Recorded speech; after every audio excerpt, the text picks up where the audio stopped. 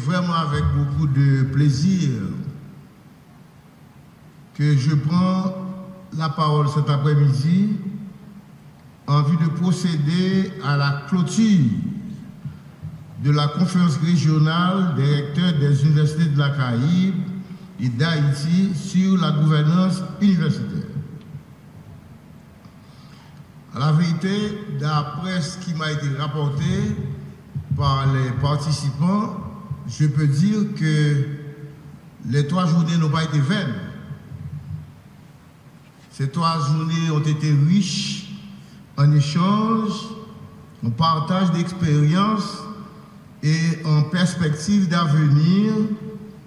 En effet, les participants et participantes ont eu l'opportunité de réfléchir ensemble sur les défis et enjeux auxquels fait face l'enseignement supérieur en Haïti notamment, et d'explorer des pistes de solutions innovantes pour renforcer cet enseignement. Je tiens d'abord à remercier chaleureusement l'Agence universitaire de la francophonie pour son engagement constant en faveur de l'enseignement supérieur et de la recherche en Haïti. Son appui a été déterminant pour la réussite de cet événement, je peux dire scientifique et académique. Des remerciements s'en vont aussi à la Corpua, aux différents responsables et professeurs des universités de la Caraïbe pour leur contribution à cette démarche, ainsi qu'aux différents cadres du ministère de l'Éducation nationale pour leur soutien indéfectible à ce projet commun qui est le renforcement de l'université haïtienne et aussi, par voie de conséquence, apporter une contribution au renforcement de la gouvernance universitaire dans la Caraïbe. Et je n'ai pas suivi les débats, mais je suis certain qu'il y a eu un véritable enrichissement sur cette question.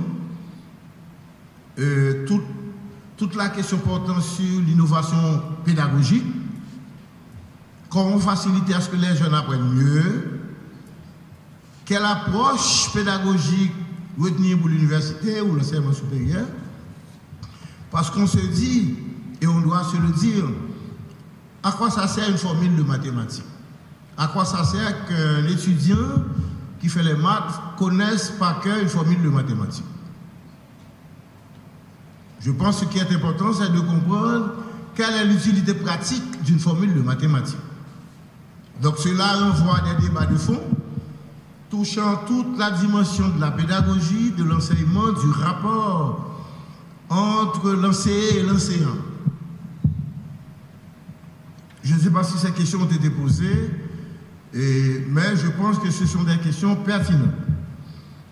Okay? Dès lors, il faut poser carrément le problème d'un nouveau regard sur l'enseignement supérieur universitaire en Haïti. Mesdames et messieurs, c'est dans ce contexte de contraintes structurelles multiples de l'enseignement supérieur que s'ajoute la crise socio-sécuritaire aiguë et complexe du pays, alors que les moyens disponibles sont limités et restreints. Le ministère de l'Éducation nationale, que j'ai l'honneur de piloter, entend néanmoins prendre les dispositions nécessaires en vue de renforcer plus ou moins l'université haïtienne. Ce renforcement couvre plusieurs volets, en tout cas doit couvrir plusieurs volets. Et d'abord, il y a la question de la gouvernance universitaire, on en a parlé, le financement, comment financer la recherche, comment très tôt, depuis le secondaire, initier les jeunes à la recherche, à la réflexion, à la logique. Donc, il faut appuyer la recherche. Et je suis en train de voir comment, au niveau du ministère, dès janvier déjà, comment mettre en place un fonds, non seulement pour la recherche, mais un fonds pour l'entrepreneuriat jeune.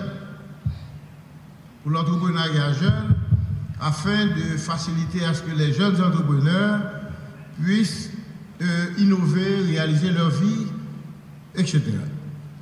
À ce niveau, il s'agit de travailler à la mise en place des organes de gouvernance clairs et transparents, tels que l'Agence nationale de l'enseignement supérieur de la recherche scientifique, ANERS.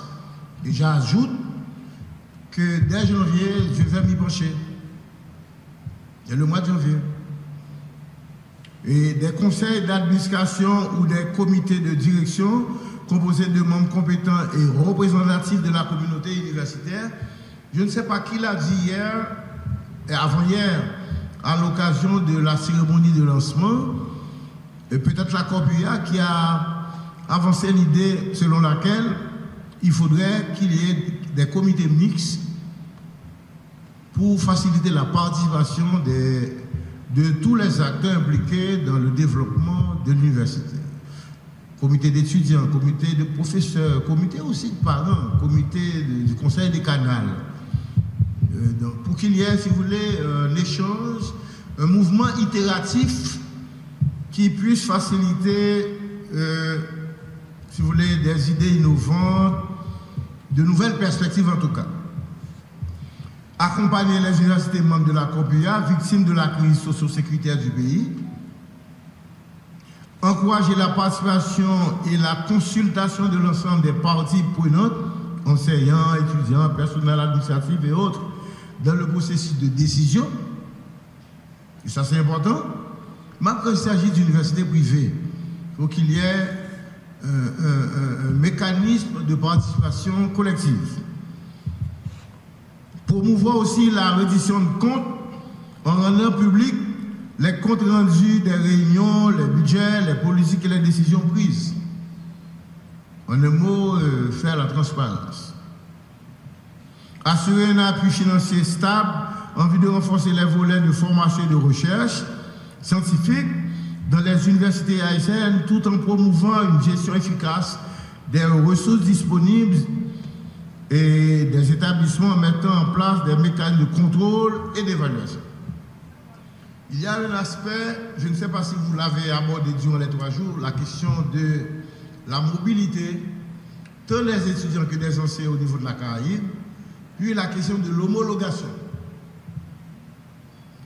Et ces questions doivent être posées et résolues. La question de la mobilité, parce que parallèlement, depuis déjà 1973, Haïti a signé la Convention de la Caraïbe pour en être membre. Depuis 1973. C'est déjà un bon bout de temps, hein, on est en 2024. Donc il faut voir comment faciliter à ce qu'il y ait, si vous voulez, des échanges réguliers entre les universités haïtiennes et les universités de la Caraïbe, des visites scientifiques, des colloques, qu'il y ait aussi des thèses de doctorat en co-tutelle avec la Caraïbe, qu'il y ait aussi des travaux expérimentaux permettant à nos étudiants et ceux de la Caraïbe de se connecter. Mais au-delà, et s'il faut aller plus loin, il a dit toute la dimension politique, c'est voir aussi comment construire un socle commun d'échanges intellectuels, de conférences régulières sur, par exemple, des dates symboliques, la bataille de Vertières, les dépendances d'Haïti, les dépendances de tel ou tel pays de la Caraïbe. Comment mettre ensemble les chercheurs, comment les mettre ensemble, comment mettre ensemble les étudiants qui sont l'avenir, de toute façon, des sociétés de la Caraïbe. Il y a beaucoup d'idées qu'il nous faut explorer dans cette perspective.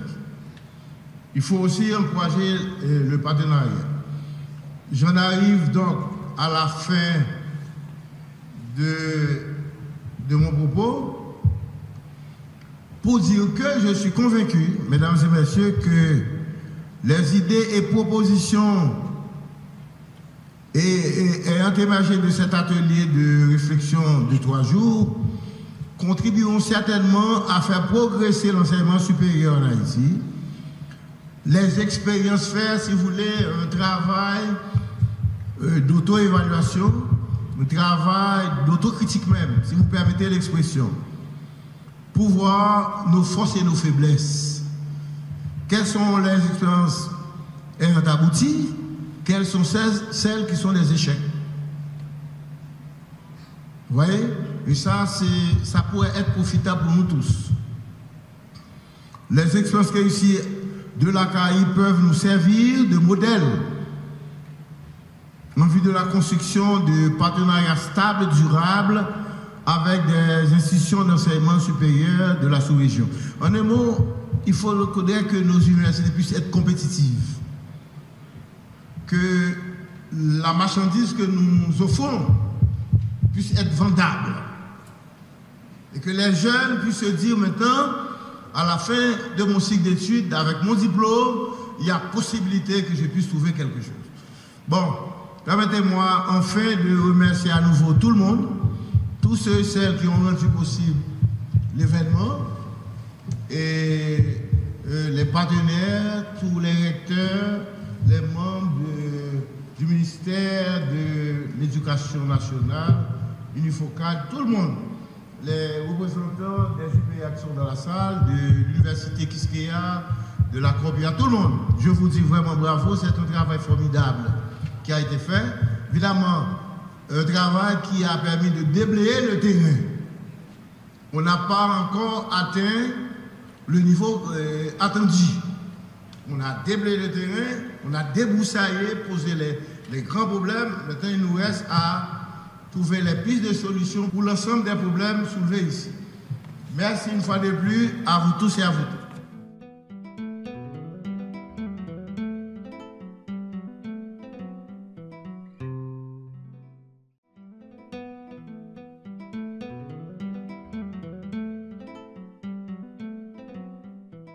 C'est donc avec une grande émotion et en même temps un immense plaisir que je m'apprête à me lancer dans cet exercice périlleux, mais somme toute nécessaire.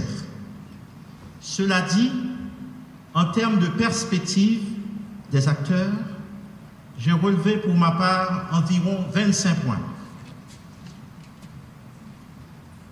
1. Il y a lieu de renforcer l'offre universitaire. 2. Il faut améliorer l'assurance qualité. C'est ce qui a été agité, c'est ce qui a été dit durant les 3 jours de réflexion. Il faut exploiter l'opportunité de la coopération universitaire. 4. Il faut mettre l'université au service du pays avec des repères déterminés. 5. Il faut améliorer la qualité de vie des personnels universitaires. Je veux parler des enseignants, des étudiants et des personnels administratifs. 6. Il faut favoriser la mobilité des étudiants afin de bénéficier de la diversité des cultures et profiter des recherches dans la Caraïbe. 7. Il faut former le personnel enseignant afin de faciliter des recherches de qualité sur la base de certains critères. 8. Il faut mettre en synergie des expériences en vue de la réforme de nos universités. Il faut mettre l'accent sur l'aspect social de l'université. Par exemple, la formation des citoyens capables de contribuer au développement du pays. Il faut donc rechercher une plus grande cohésion sociale. 10. Il y a lieu d'investir dans le potentiel de la jeunesse. Quand on sait ce que représente du point de vue démographique la jeunesse dans nos pays, notamment en Haïti. 11. Il faut renforcer les capacités de recherche pour l'élaboration des politiques publiques afin de réduire les inégalités sociales. 12.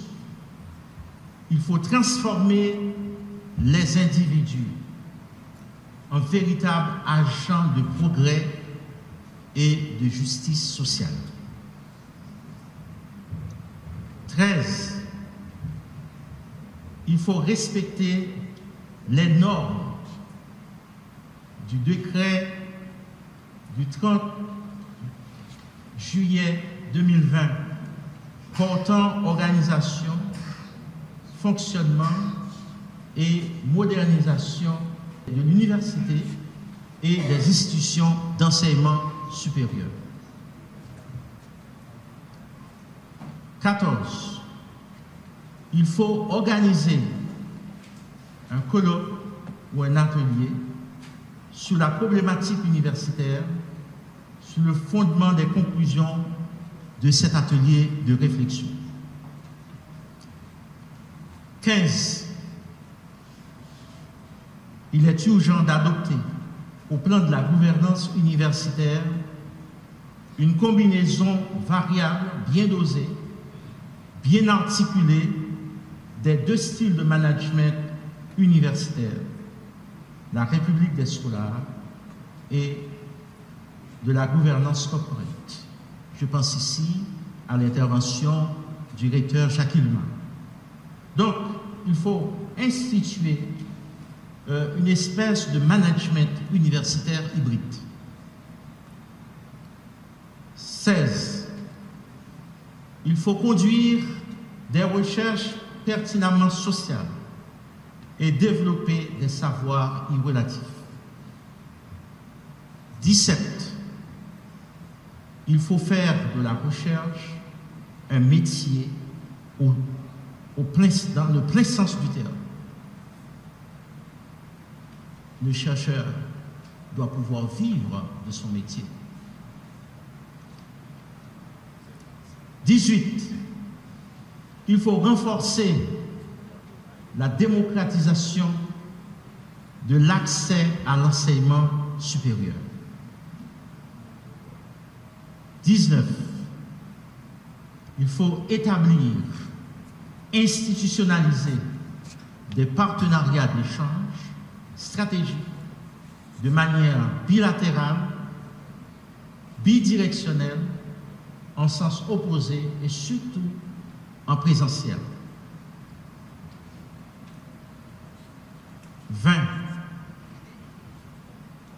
Il faut lier les aides publiques aux universités assujetties à l'obligation de résultat. 21. Renforcer l'intégration technologique de nos universités. 22. Interroger le rôle et l'intervention de l'État haïtien sur des questions d'importance capitale telles la problématique écologique, démographique, etc. 23. Mettre l'accent sur la production scientifique des universités et financer ces productions sur la base de certains critères que nous aurons à établir. 24. Établir et institutionnaliser des rapports de partenariat avec des entreprises privées en vue de permettre la visibilité de l'efficacité externe de l'université et des institutions d'enseignement supérieur.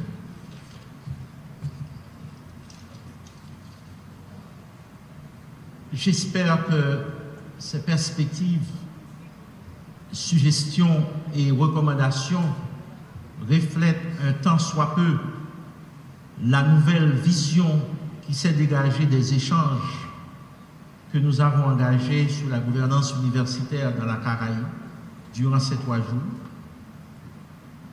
Nous formulons le vœu que ces échanges nous invitent à emprunter la voie d'une planification stratégique pour nos universités, dans la mesure où la planification stratégique fournit une vision d'ensemble de ce qui se fait et des perspectives. Ainsi, pourrions-nous avoir une plus grande capacité d'anticipation, de documentation, d'explication et de compréhension des phénomènes sociaux, une plus grande capacité de projection et, in fine, des politiques publiques appropriées. Je vous remercie de votre attention.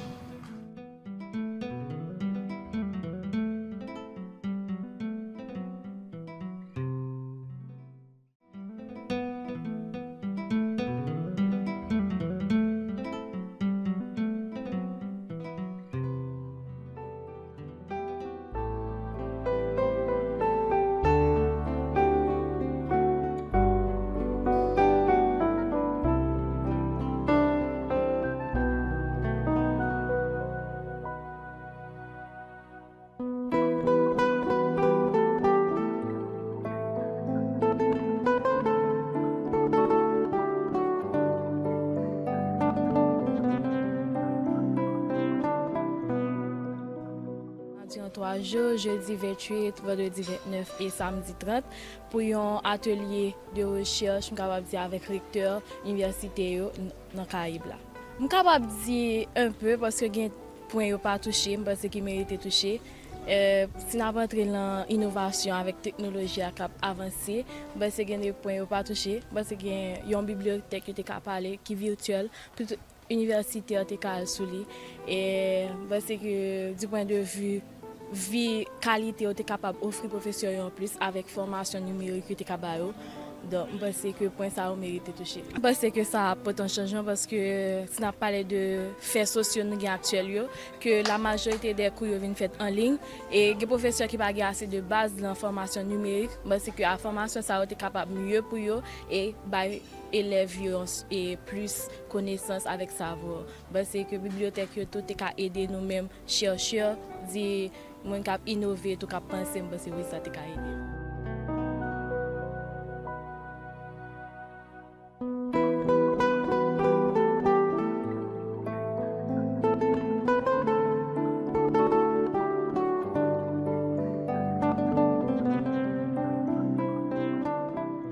Nous sommes là pendant 3 jours avec des recteurs universités en Haïti et dans les Caraïbes pour nous réfléchir sur gouvernance universitaire. Particulièrement pour Haïti, nous voyons que dans le jour ça yo débat fait yo et dans le système il y a un problème de gouvernance là. Même gens dans tout pays il y a un problème de gouvernance là. Il était bon pour nous réfléchir de ça et puis pour nous porter réponse à ça parce que y a une bonne gouvernance, une bonne pratique de travail, ça vient la influencer sur enseignement apprentissage qu'a battre dans l'université yo. Et il va permettre que les gens soient bien formés. Et les gens soient bien formés, nous avons gagné de plus bons citoyens et qui peuvent aider à résoudre le problème. Ça, c'est le premier aspect. Mais l'autre aspect qui gagne dans ça, c'est que les gens bien formés, ils ont fait des recherches scientifiques. Donc, les recherches qu'ils ont faites dans l'université sont capables d'aider pour résoudre les problèmes que nous gagnons dans la société.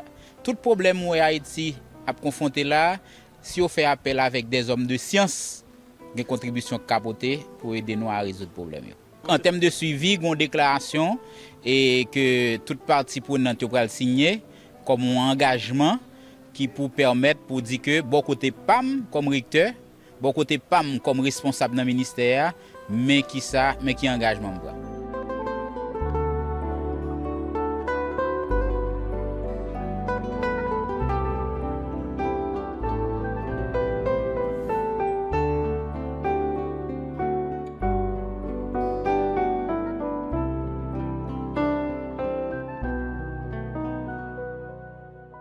Présence ici dans 3 jours de conférence, il te paraît vraiment importante parce qu'il y a parlé d'éducation, de formation et moi en tant qu'enseignant, ça amené à participer pour être capable davantage mettre savoir moins, compétences moins au service de monde que m'a formé en dans pays. Parce qu'il est dit que les gens qui forment, c'est eux-mêmes qui sont capables de prendre des initiatives. C'est eux-mêmes tout qui, dans le futur, viennent gagner des responsabilités. Donc nous-mêmes, il faut que nous soyons capables de chercher davantage pour nous capables d'aider les jeunes générations ou bien les jeunes têtes à venir. Oui, 3 jours de formation, ça a comblé attente parce que ça te permet de nous échanger avec des enseignants, des chercheurs, des responsables d'université de la Caraïbe. Donc c'était une très belle et bonne initiative, ces 3 journées de conférences sur la formation et l'éducation. Véritablement, moi quoi ça, parce que si on prend différents responsables d'université qui participaient pour ce que vous faites et nous-mêmes en tant qu'enseignants tout, nous gagnons dans le travail que nous avons fait pour nous conscients et pour nous arriver accoucher une marchandise de qualité et pour nous capables de gagner vraiment de nouvelles têtes et de bonnes têtes.